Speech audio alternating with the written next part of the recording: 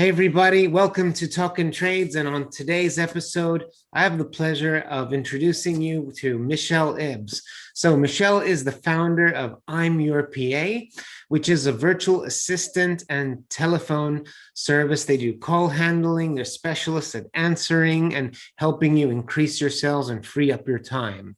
Another nickname for Michele is some people call her the networking queen, and I'm sure she will tell you why. So if that's not enough, she's also caring for patients as a nurse, walking for charity, doing a million things. And she's taking care, of her networking and with her charisma and all around charm to create a fantastic company and team culture at I'm Your PA. So Michele, welcome to Talkin Trades, and just love to introduce you to our community. So how did you get started? What's your story? Well, that was one hell of an introduction. So thank you. So how did I get started? Well, as you said, I'm a nurse. I then went into medical sales, went into the steel industry. So I worked in the steel industry for a few years with my ex-husband. And once we became ex and I found that I was no longer in a job, somebody actually said to me, have you ever thought of being a virtual assistant? And I said, no. What do they do?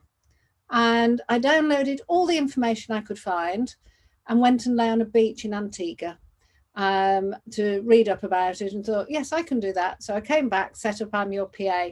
There was one technical hitch though, Francis. Tell me. I don't type.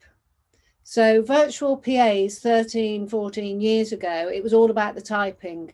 And it's okay, I'll answer phones. Nobody answers their phones correctly. I will answer phones. That will be our niche.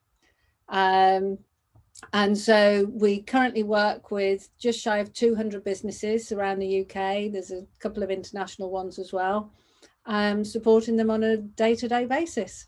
Yep. And what type of businesses do you work with primarily? If you can tell our viewers. Trades is the trades and property are the primaries, but there again we work with a number of business coaches, IT, creatives. It really, I mean, we've worked with some really big businesses. We worked with the largest furniture repair company. We work with the largest serviced accommodation company outside of London. We've worked with and still work with some really quite big businesses, solicitors, all sorts. But we started with trades and property. That was the beginning, and it's still a big part of our family. And what are some of the challenges that trades businesses face when it comes to answering the phone? Well, it's interesting because you had a lady on here, Alison Warner from Evolve and Grow. And I was listening to her interview, and she said, you have 7 seconds to make a good impression. So when you get a tradesperson with their head up a chimney or in a boiler, or they're balancing on top of a roof or something like that, and they go, hello, that is not that great first impression. Whereas for us, it's easy because that's what we're there to do. So we can give that first good impression. That is quite key, that we do make that first good impression. The second part that they have is if they're in the middle of an appointment and they get a new inquiry in, they've potentially got to get that booked into their diary. So what do? Do you really start to cheese off the person whose work that you're doing, where you're possibly on an hourly rate, by answering your phone and booking your next job in, or dealing with an inquiry, or do you let somebody else do that? So we'll book the quotes in, we'll book the appointments in. And another one that we come across regularly is certainly with the gas engineers. It staggers me how many gas engineers will either do a service or install a boiler, and yet they won't phone them 11 months later to say, Oh, hello, Mr. Rodino. Did you realize it's nearly 12 months since we installed your boiler? Anyway, it's due for a service. We're in the area next Thursday or the following Friday. Which one's best for you? And that's their ongoing building up a business. That's once they get to the age that they don't want to be installing boilers anymore, that's their bread and butter. That's key. They don't follow up on quotes.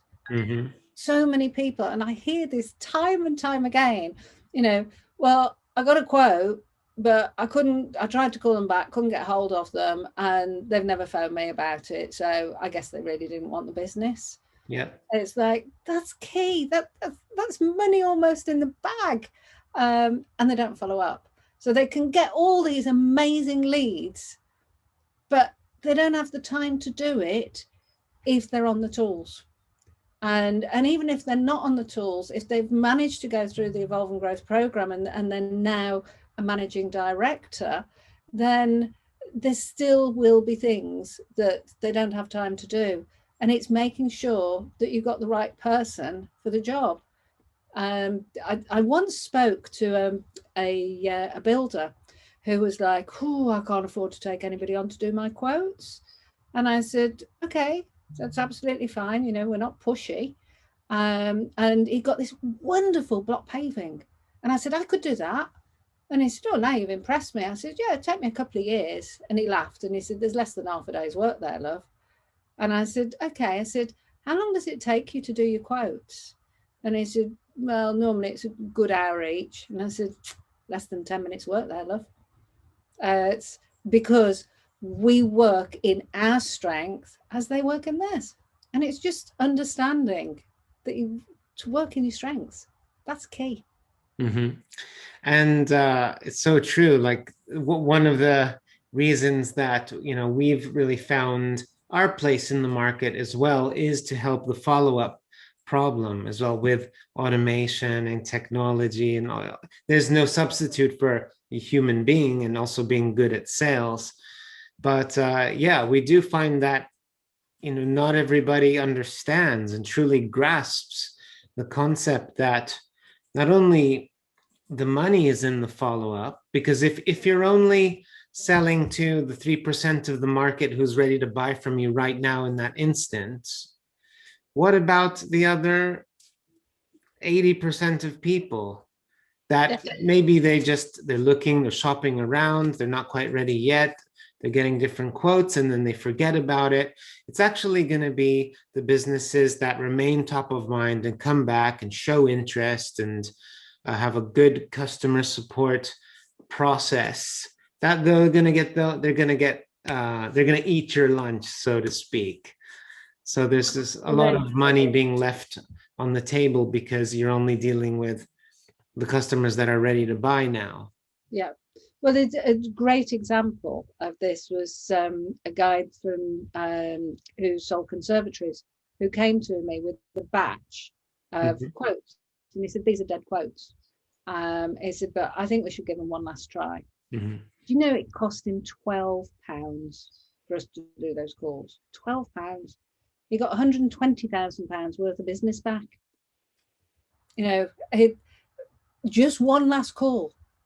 It's developing the systems, making sure that they actually have, a simple CRM system so that when somebody says, yeah, I'm interested, but realistically, it's probably going to be in 6 months' time.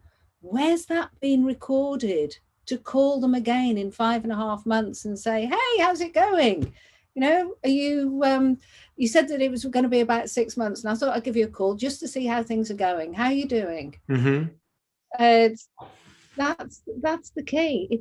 It's the very old-fashioned follow-ups. Those are the key. Yeah. So at I'm Your PA, would you say that you not only do you specialize or do you support businesses in terms of the lead handling of today, but in terms of that follow-up, that nurture, coming back to warm leads that didn't buy, you can also help in that regard?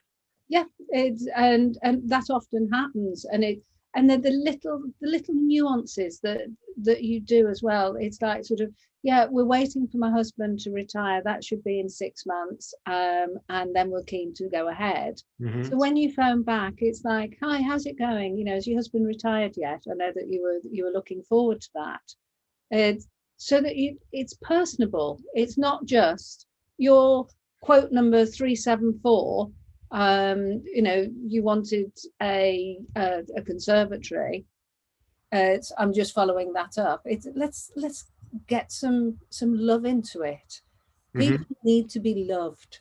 And that's what customer service is about. And I know it was something else that Alison said about the customer service journey.